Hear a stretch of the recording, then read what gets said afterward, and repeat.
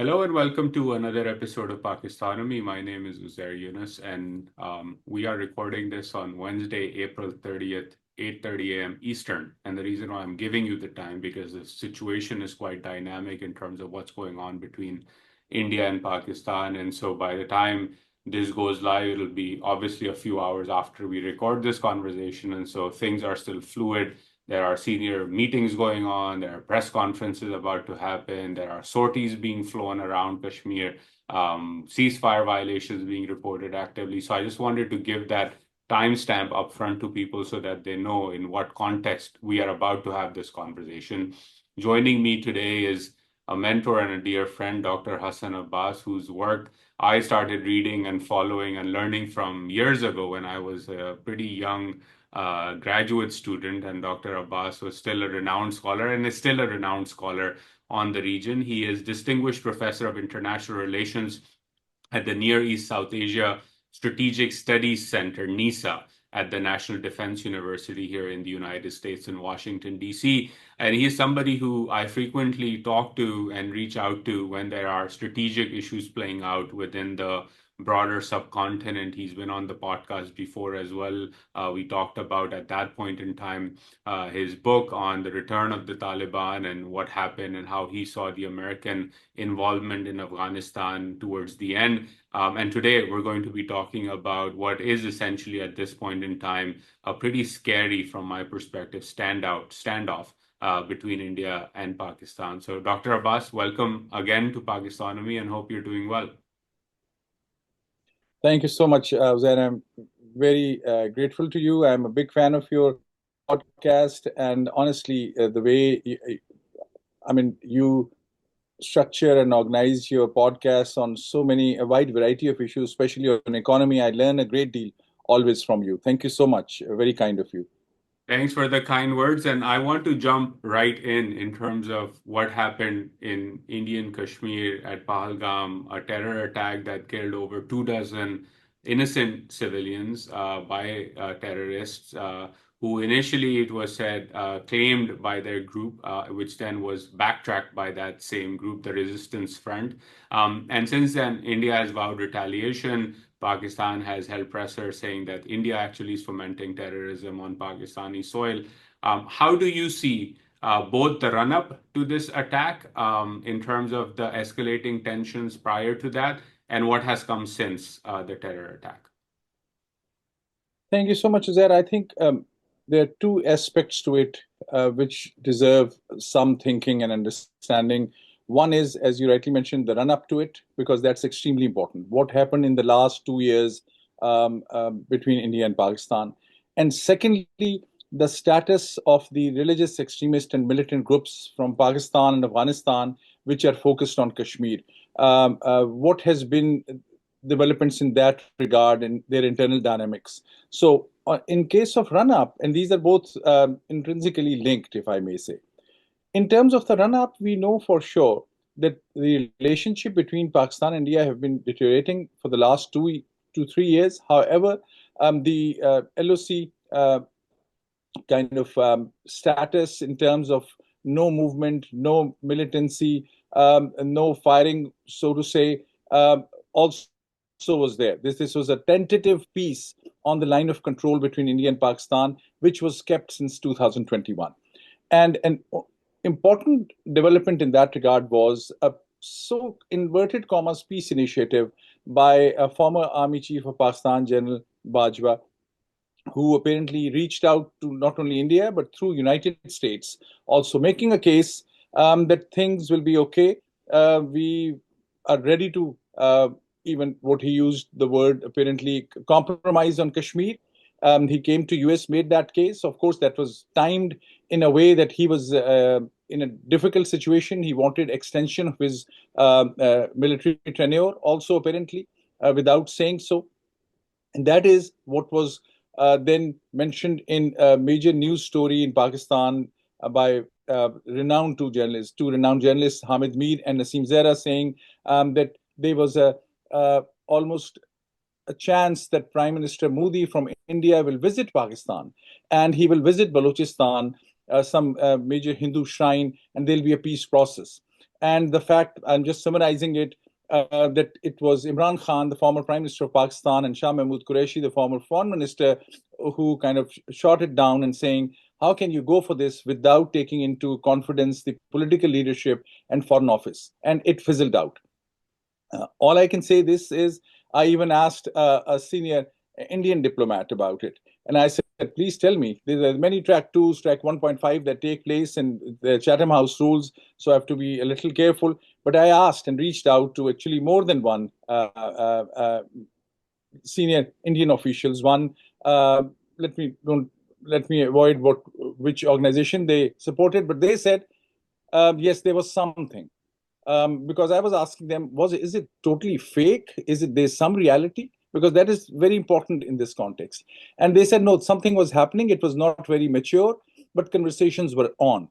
From that point to the fall of the Imran Khan government, Imran Khan, keeping aside his popularity and everything, he was very hawkish on India. And he had said few things about Prime Minister of India in a tone and way that was beyond what is accepted in the diplomatic domain. From that point onwards, then there are 2 or 3 instances, very briefly. The Jafar Express, the train hijacking and terrorist activity, increased violence in Balochistan by Balochistan Liberation Army, and increased violence in Pakistan-Afghanistan border by Tehreek-e-Taliban Pakistan. The official Pakistan narrative, and I'm closing this first point now, Pakistan has been saying, shifting its blame on India. Now, the challenge is Pakistani establishment or state security agencies at times say this so much that I tend to think they forget whether they are becoming a victim of their own narrative, how true this is in their honest opinion, and how much exaggeration is there. And how is this pitched and explained to the ordinary people? I think there was something to it. I will not be surprised at all if India is involved in Balochistan in some shape or form, given both the sides how they have used proxies for the last 20-25 years. But Pakistan blamed it almost entirely on India. I had a conversation with in Pakistan, and when I asked this question about Jafar Express and Balochistan insurgency, India's role, and they said, oh, this was completely choreographed. And when I asked, what is the evidence? Can you help me understand? The response was, well, as soon as the attack, train hijacking and that terrorist activity started, Indian news channels started showing live telecast of what's happening at a point when even the Pakistani agencies and media had no access to it. And I said, well, that's not something of valid evidence to an extent.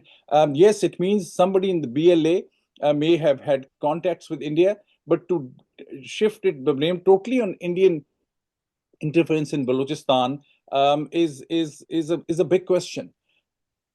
Given that, and then the killing of 13, some say 11 to 13 Kashmiri extremist militants in Pakistan who were target killed. And this is what happened. This is, again, I would argue, this was done in a very choreographed fashion. There's, I think, almost no doubt that it was managed by India. And this was, some of these militants were underground for quite a while.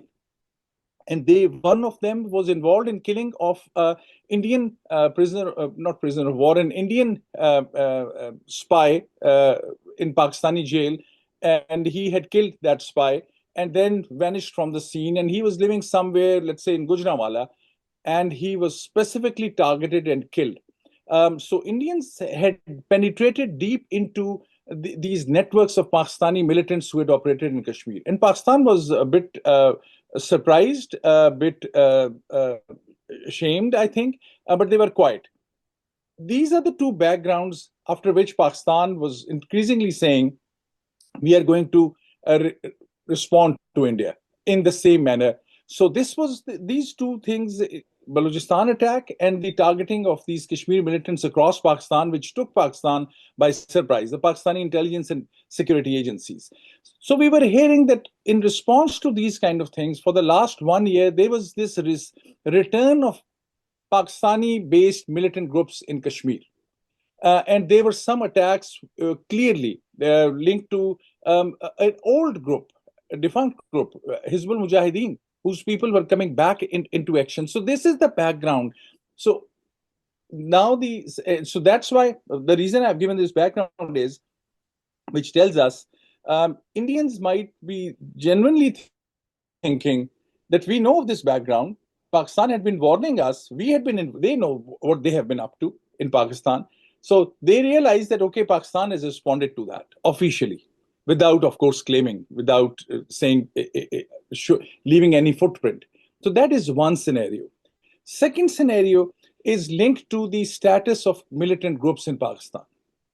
And that is, again, briefly, and then you can ask me, because there are loopholes in this argument, I know. The second thing is Tehreek-e-Taliban Pakistan is now very active.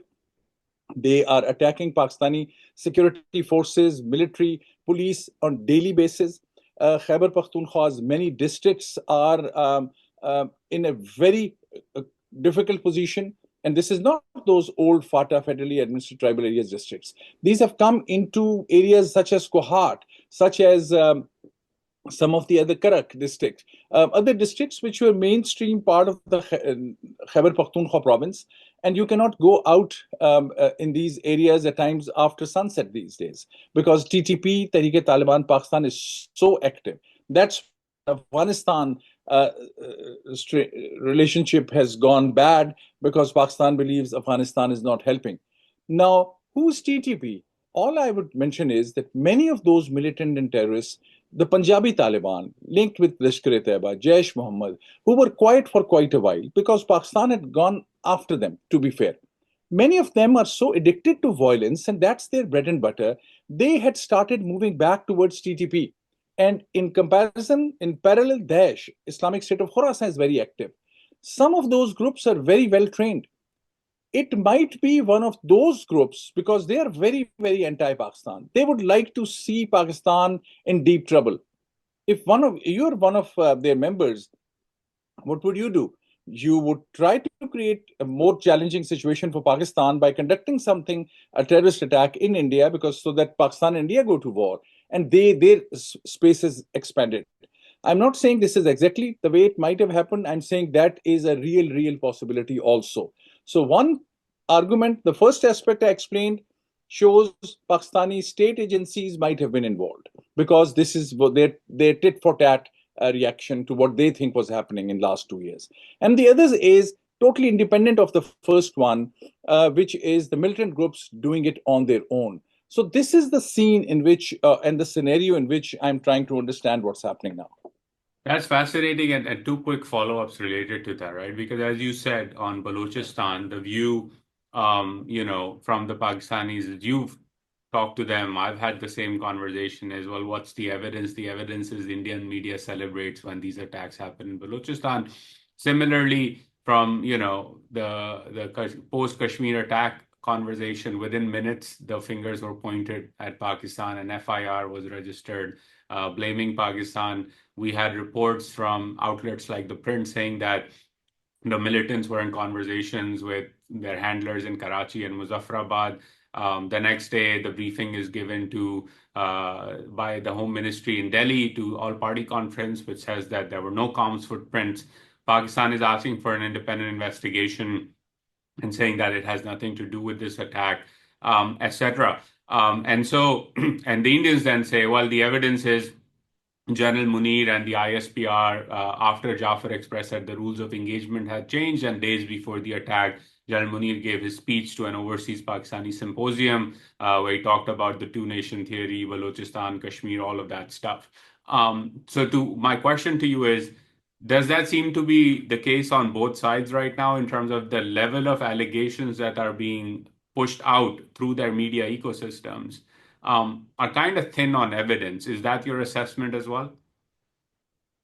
I agree entirely. And thank you for reminding, of course, these statements coming from Pakistan's security institutions, the army chief's speech as well, which I think was in bad taste, the way it was framed, because it just threw everyone, Pakistani minorities, under the carpet as well. Two-nation theory today has a different connotation. What about the Hindus?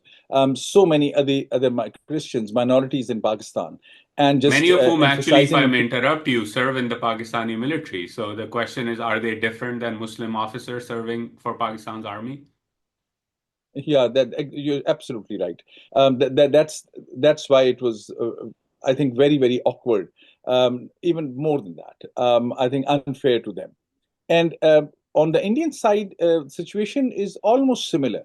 It's not fashionable to say this in the United States because of the strong U.S.-India relationship, which has its own dynamic. But the Indian oppression in Kashmir is also a reality.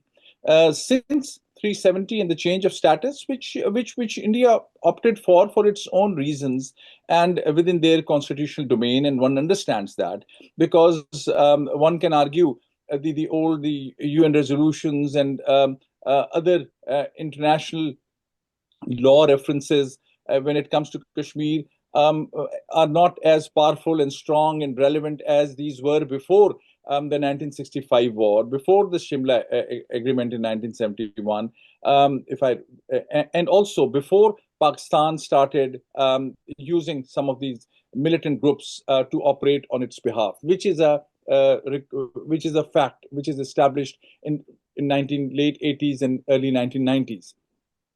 So India has a different space in which it operates when it comes to Kashmir, but its operation and its taking away of the Kashmiris' rights is also an established fact. And also in this case, as you have rightly pointed out, they have made a joke out of it. They did it in a purely traditional South Asian way, if I may say that sarcastically. Within 20 minutes, a case registered and just started pointing fingers at Pakistan. And their media, I mean, I'm really disappointed in Indian media. They have some outstanding journalists, and they have done quite well in so many arenas within the investigative journalism. But the way there is warmongering on the Indian side in the media is very surprising. Very few people questioning India. Where is the evidence? And those folks who conducted this horrible atrocity, the terrorism conducted against the Indians, asking people about their religion, whether they're Hindu, and then killing them is a crime against humanity. Let's be very clear. And I must also mention Pakistani official statement in this regard was very late. They should have given this statement in minutes into when this had happened. They waited, I don't know what, more than 24 hours for sure. But we have no evidence of those groups where they were, where they went after the attack, which means they were very professional. And the third aspect I should have mentioned, the possibility that maybe it is an indigenous Indian militant group also, which may be inspired ideologically from one of these Pakistani militant groups, but they may be local as well, because the way they operated and the way they vanished from the scene and the way they acted professionally in their terrorism domain is a very worrisome sign because they were very sophisticated. Were they local? And for India to start blaming Pakistan, it doesn't help at all. So that's an additional factor I mentioned. But both sides compete with each other in their, I should say, unprofessional, provocative, warmongering way. And that is the new reality of South Asia. And that's very, very sad. And it is very, very painful. I was going to follow up, and you mentioned this even on the Pakistani context in terms of becoming prisoner to your own narrative, right? And wanted to get your take on this idea that in many ways, at least my view has become, that both sides have created this media ecosystem or this rhetorical ecosystem around them about what they believe is the reality. And we can debate the facts, but I don't think it matters when one side and the other have a very unique perception of what reality is and what's going on. Given that ecosystem and the way in which that sharpening of rhetoric has been deployed on both sides now, increasingly, a lot on the Indian side as well, surprisingly to me, because their media has been larger, more sophisticated than Pakistan for a number of years. Do decision makers then become hostage in many ways to that rhetoric? And what does that, from your perspective, lead to in terms of potential miscalculations, given that this is a standoff between two nuclear armed nations? Absolutely, miscalculation is extremely important, and one thing I'll add also, when India jumped to the conclusion that it was Pakistani-linked terrorism, which it had no evidence, at least so far. And one should be very open because learning from the Mumbai case investigations, you never know what comes out and what happens. So one should be open to accept evidence when it will come and judge it on its own merits. But for Pakistan to say this, that it is a false flag attack, was, I think, equally provocative and equally unfair, because we have to judge by the same criterion. In case of Pakistan, I was giving this example to someone yesterday, and I'll to a media outlet, but I'll repeat that. I asked our friends in Pakistan, how would you feel if there's a terrorist attack in which an army colonel is martyred and along with his soldiers, or a police officer, and a police checkpost is destroyed, and then Pakistan, and it turns out that Pakistan has done it itself, just to take more counterterrorism money from United States to make a case that this is ISK and all that. If this is what India would say, how would Pakistan feel? They will feel really terrible, because this will be unfair. To think that India has repeatedly in Pulwama and other places have been killing their own people just to attack Pakistan without evidence is very provocative. Well, in this day and age, I'm not saying none of this is possible. We, in the Ukraine-Russia war, in other contexts, in Arab-Israel situation, we are seeing many things which are unexplainable, which are very hard to understand. So anything is possible. But having said that, just to start with saying false flag, the other side saying Pakistan, is very problematic. And yes, this media warmongering, media, it seems, has become more hawkish, and that impacts public opinion. But I would blame both the states more, because they are the ones who have nurtured such narratives. They are the ones who have projected such narratives, and whether it's through social media or Bollywood, and also from the media in Pakistan, and in Pakistan the dramas and the side of things, and the television shows have more influence than Bollywood's impact on Indian side.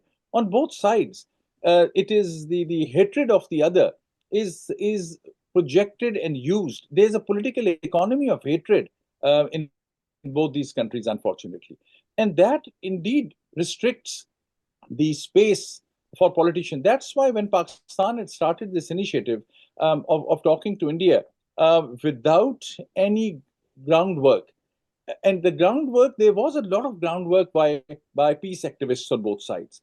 But now both India and Pakistan have stopped inviting each other's poets, writers, artists. And when that happens, both the sides are so much cut out from each other. And that's a state policy. That's not because the ordinary people on both sides hate each other or are not ready to interact. States are more responsible. Their security projections, their security policies about each other have brought them to a point where this can be really devastating. So the escalation ladder, which we briefly you asked me earlier about as well. At this moment, we know there are fighter aircrafts on both sides which are watching each other. They are both probably looking at each other's positions. They may have access to satellite imagery of how the other side is moving. There's movement of armed forces, the tanks and other equipment on both sides as well, which costs a lot of money also. So when something will happen, both sides will think, because the way they have increased the temperature of hatred against each other, they'll both have to do something. More so India, the way they have projected it. You're showing your National Security Agency, you're showing your generals sitting in front of the Prime Minister saying, I've given them the task, which is actually, in another way, it shows me that the Prime Minister of India is shifting responsibility to the military command. Later on, he can say, I'd given a go-ahead, it was their call. But if they would think that they can do something like what India did last time, India last time attacked and targeted empty buildings, but it gave them some justification in India. We destroyed Lashkar-e-Taiba's headquarters.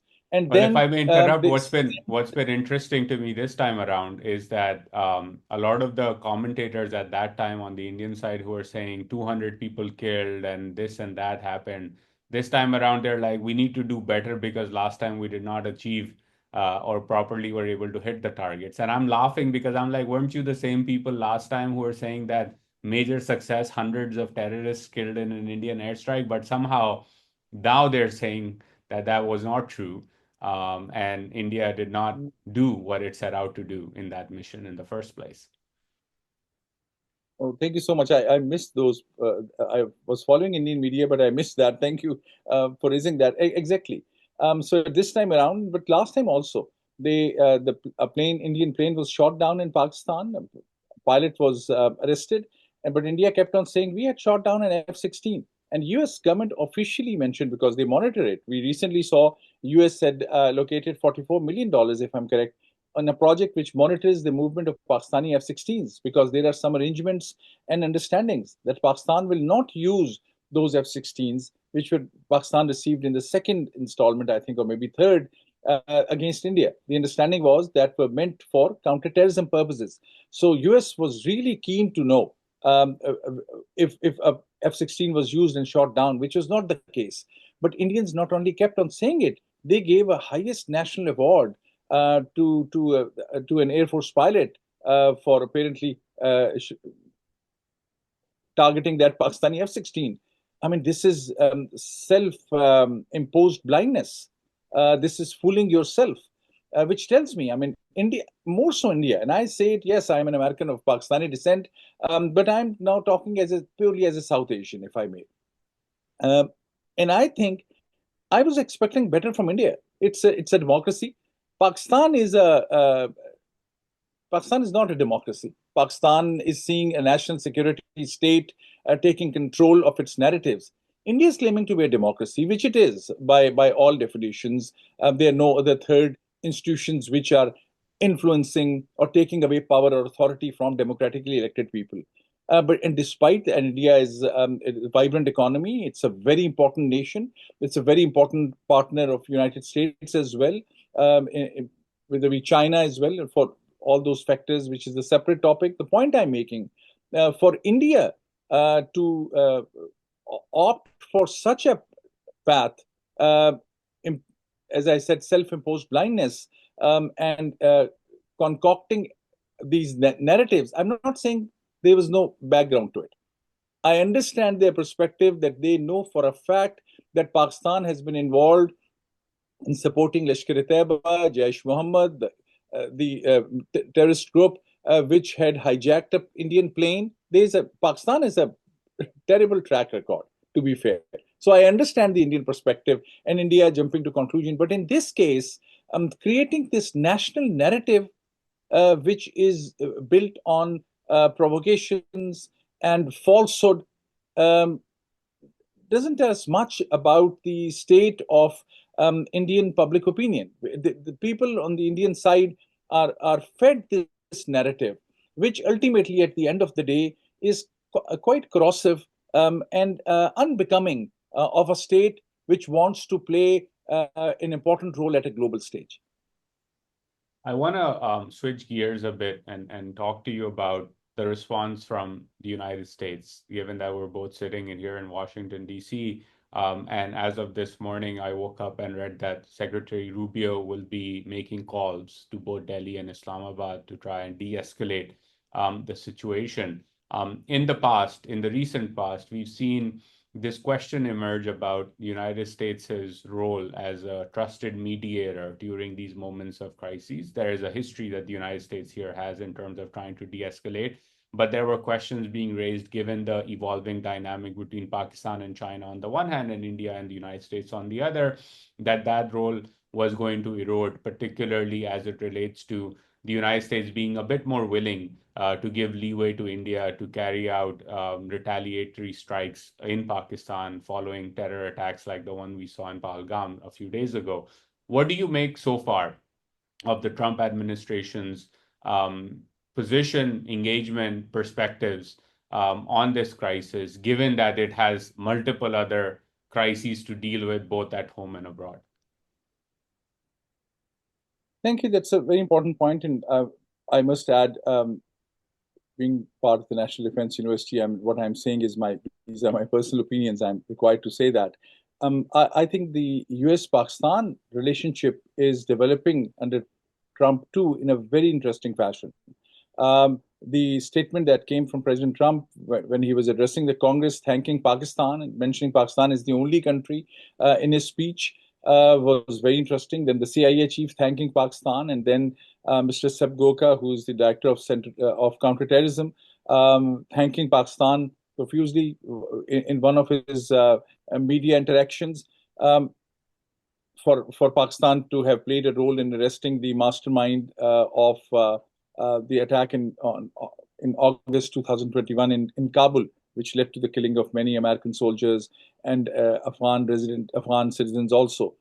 That was a very interesting move. And then building on that, 2-3 days ago, when President Trump was asked about India and Pakistan, he said, "I'm great relationship, a very good relationship with India. I have a very good relationship with Pakistan, and they'll figure it out." And this is a very long history. What 1,500-year-old dispute. Exactly, and that he mixed up probably some briefing on some other issue related to maybe any Islamic world context, apparently. But to give benefit to him, what he meant was it's a very old perennial challenge, which he was right in that regard. The point is that Pakistan is getting a much better response from Trump administration, what they might have thought about or what India might have expected. So this tells us that there's either some more leverage or US there's some policy which we are unaware of, or there are some certain considerations. Some people would argue, when I asked this question to a few South Asia watchers, they said, well, Pakistan also signed up for the critical mineral investment from United States. Also, there was a visit from the Pakistan Army chief to US a few months ago, and there were some conversations. Recently, also, there have been very high-level conversations between the intelligence agencies of both the countries. And US is genuinely concerned about terrorism emanating from Islamic State of Khorasan and Afghanistan. So it is in that context. So the policy, it seems, and now Secretary of State Rubio calling both the states, it is not as active a crisis management approach as we had seen previously. But I think US has the leverage both in India and Pakistan. If Secretary of State Rubio or Secretary of Defense will say it in categorical terms to both India and Pakistan, that please stop it right there, because this can affect our relationship with you, I think both countries will think twice. I have a feeling, and I'm hoping something like this might have happened. So we may see some escalation from both sides, although we know that escalation ladder can quickly go out of control. But if something happens, there's another strike, Pakistan responds to that, there might something like that may have happened and may involve US more. But at this moment, I'm seeing a US, I'll call it a neutral approach, so to see. Which is very different from the last time. Last time, there were rumors also that the targeting of some spaces in Pakistan, the Indian strike in Pakistan, some coordinates Indians might have received from US at that time, which will be very surprising, but not impossible. This time around, President Trump is apparently, I think he has other things on his mind. Russia, Ukraine, the Israel-Palestine issue is very hot. That's a big issue. US negotiations with Iran going on. The domestic political situation is very different. I don't think he'll have time for more than one briefing on these topics. And that's why apparently there's a clear position that we don't want India and Pakistan to escalate. But I would argue that the ball is in the court of India and Pakistan. And this is high time for them to rethink, self-reflect, that how long they can carry on like that. For Pakistan, any war will be totally devastating, but it will be very, very bad for India too. for its economy, for its businesses, for Pakistan as well, which is in a very difficult economic situation. They're trying, and they're very in a difficult situation in domestic political context also. So these things can create serious challenges for both the countries. US may only be interested that there should not be no escalation, because a conflict can go towards, God forbid, a nuclear conflict as well. Once they cross limits, and once their egos will come into play, and they'll be tit for tat, and each side will say, okay, no, we have to come out better, and there are 2 or 3 stages that are crossed, then things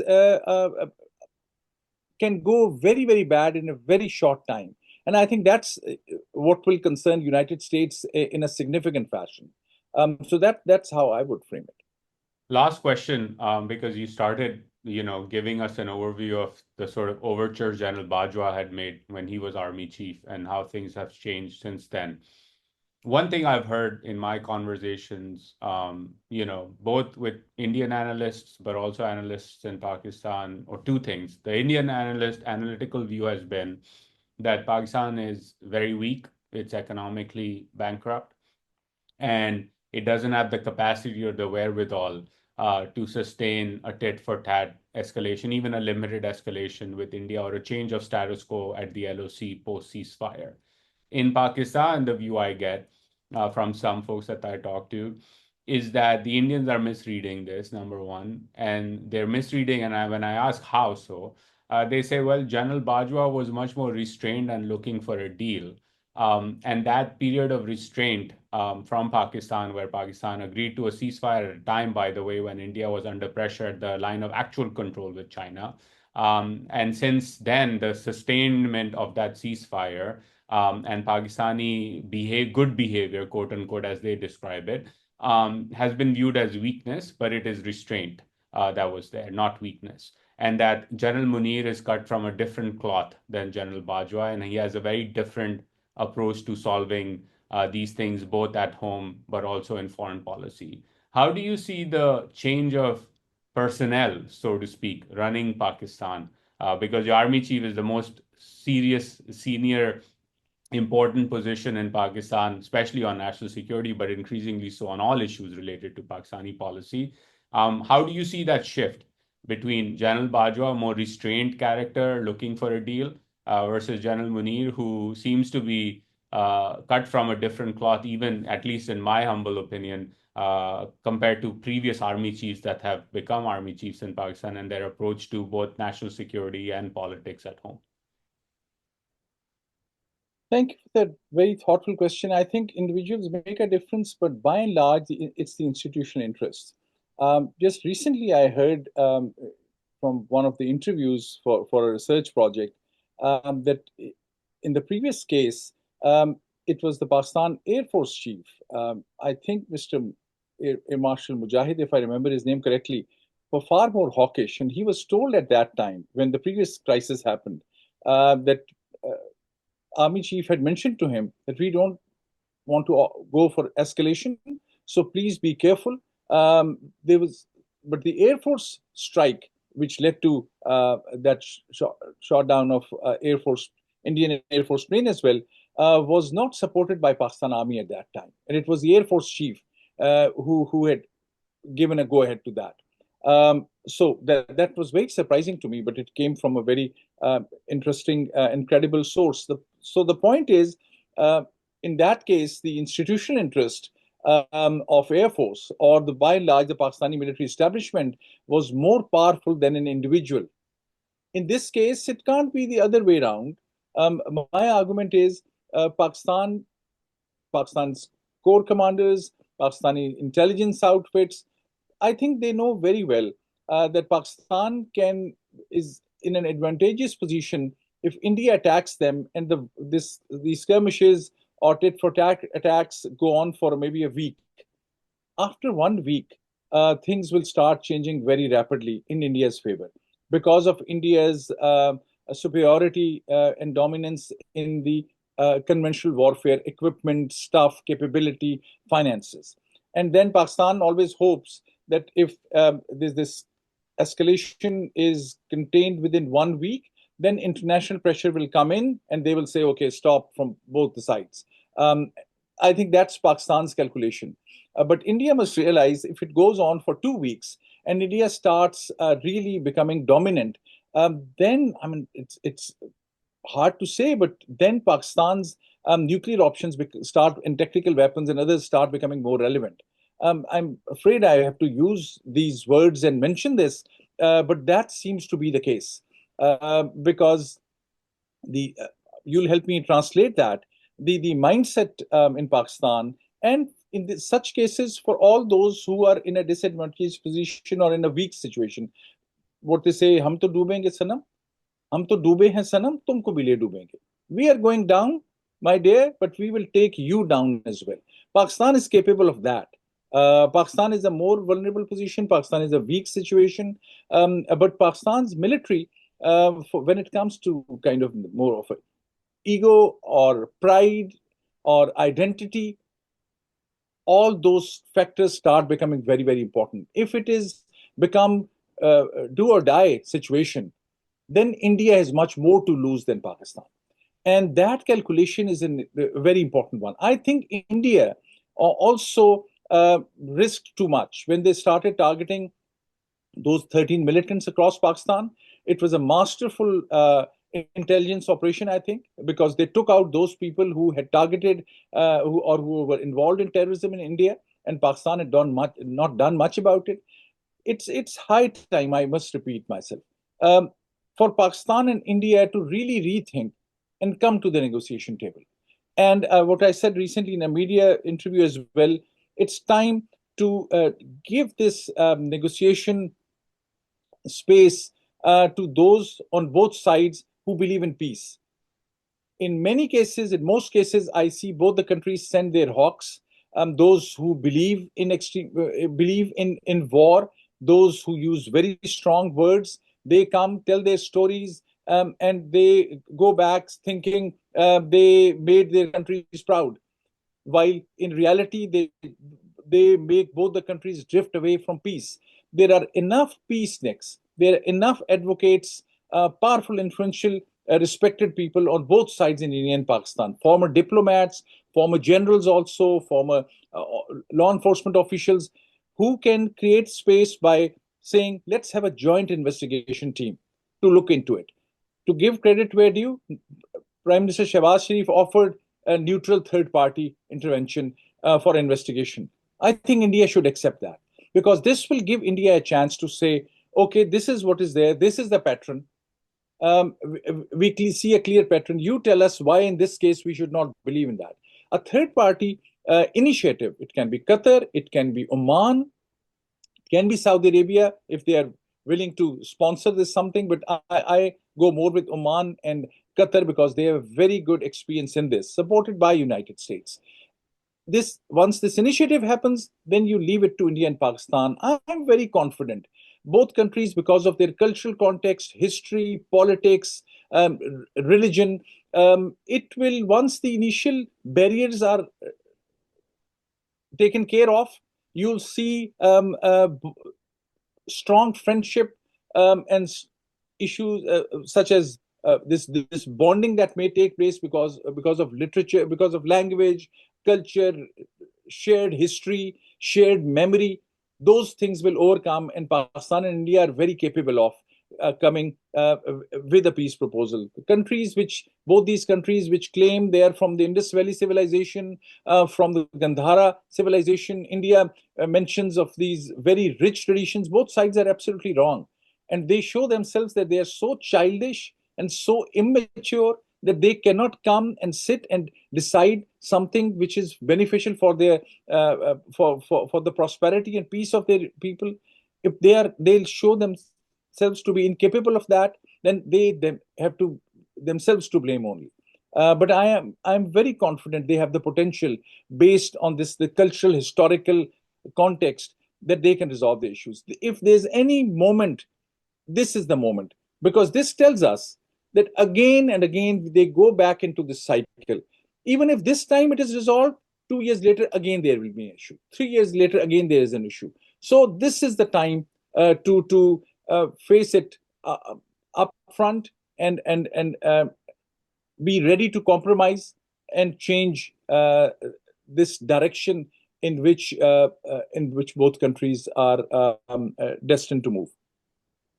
Thank you, Dr. Abbas, for that. And I wholeheartedly agree with you. And I think our common friend, Shuja Nawaz Sahab, often repeats this line to me. And I think it's a good concluding line based on what you said, that some of us should still be willing to wage peace and not war. And I think that's the important part here. But as always, a pleasure talking to you. Thank you for your time. And let's see, and let's hope that saner heads prevail in this standoff. Thank you.